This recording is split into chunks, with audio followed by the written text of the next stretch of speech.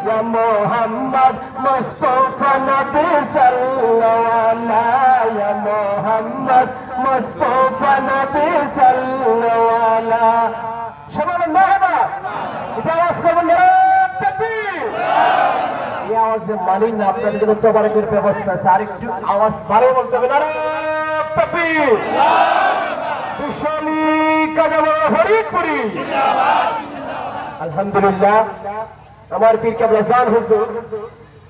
আমাদেরকে একটি আমল একেবারে সংক্ষিপ্ত সময় কম একটি আমলের কথা বলবো আমরা জিকির করি কি করি আমরা আওয়াজ করে বলতে হবে আমরা কি করি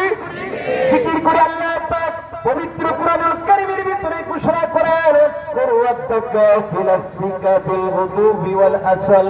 বান্দা সকাল সন্ধ্যা জিকির করো হাদিস শরীফে এসেছেন বাইহাকি শরীফের হাদিস লিকুল্লি শাইইন সিকালাতু ওয়াস সিকালাতু কুলুবি যিকরিল্লাহ আল্লাহু আকবার বলেন আমেরিকার একজন ডাক্তার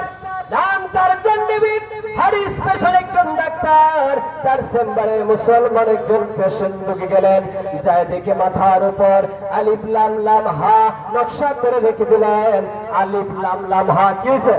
আল্লাহ যেমন বলেন